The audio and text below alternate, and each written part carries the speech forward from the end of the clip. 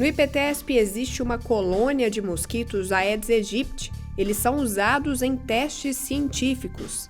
Os testes com Aedes aegypti, eles são importantes porque desde o início dos trabalhos de controle desse inseto, uma grande dificuldade é conhecer qual o melhor inseticida, qual a dosagem, se o inseticida realmente está fazendo efeito.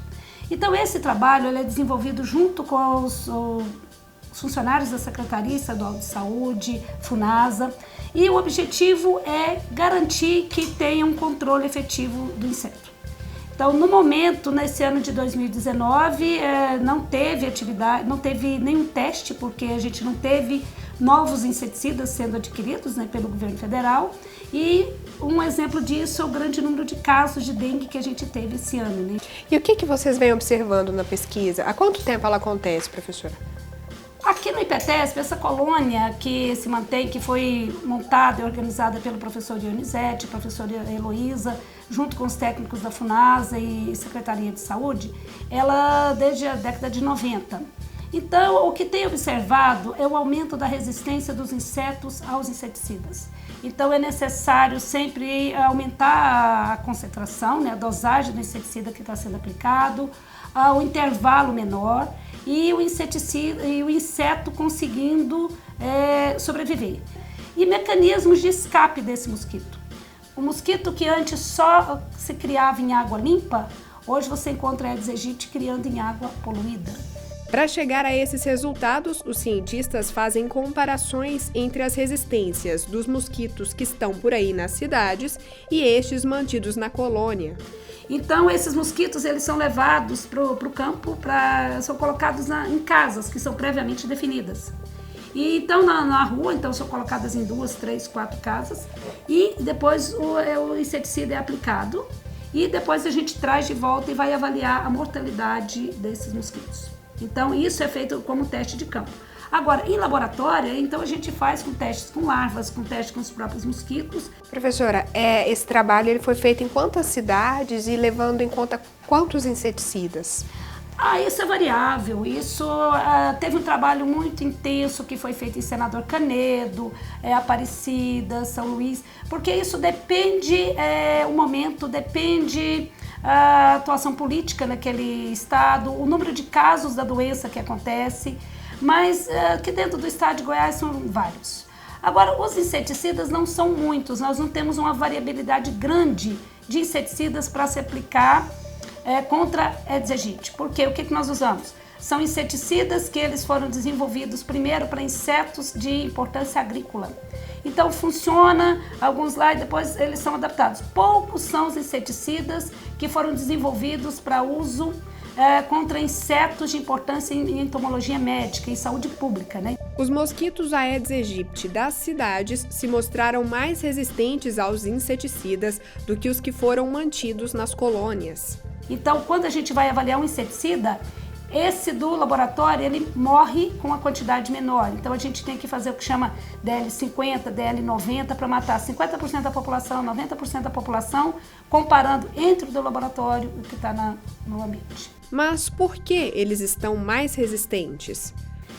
As fêmeas, elas colocam os ovos e se essa fêmea foi atingida pelo inseticida, ela já começa a passar essa modificação genética, uma alteração para esses ovos, mostrando que ela foi atingida.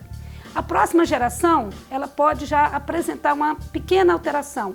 Como o ciclo é muito rápido, 7, 10 dias, então em uma nova aplicação de inseticida, dali a 2, 3 meses, aquela geração já tem uma resistência que veio anterior. Então é muito uma questão de logística, de você fazer que um inseticida realmente mate aquela população que foi exposta.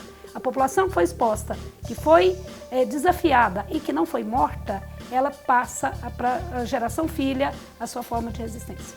E o Aedes aegypti tem uma peculiaridade muito importante que muitas vezes você consegue eliminar o inseto adulto, às vezes você pode eliminar as larvas, mas a resistência que os ovos apresentam, ela é muito importante, que agora nessa época do ano, nós estamos chegando no período de seca, sem muitos criadouros. Nós vamos esquecer do período de ficar falando de criador de Aedes aegypti.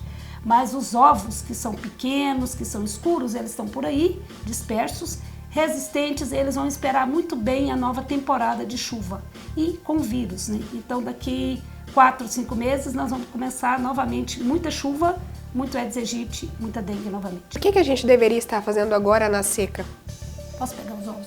Pode. Olha, tá, esse aqui são os ovos do Aedes aegypti, aqui da colônia. Esse é um papel filtro que é colocado no ambiente próprio, com umidade que as fêmeas colocam os ovos. No ambiente é isso aqui que acontece. As fêmeas vão colocar os ovos em substratos como plástico, como pneu, qualquer material onde ela tem uma condição mínima de água.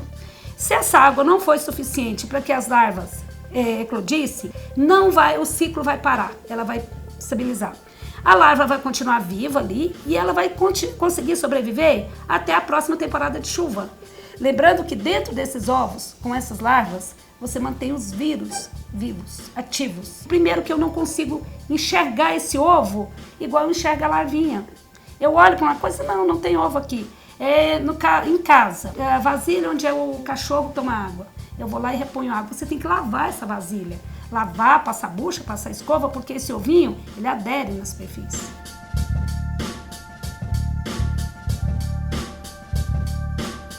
E nós temos outros vírus agora, que são vírus da região norte, e que estão chegando no país, que a gente tem um grande risco também.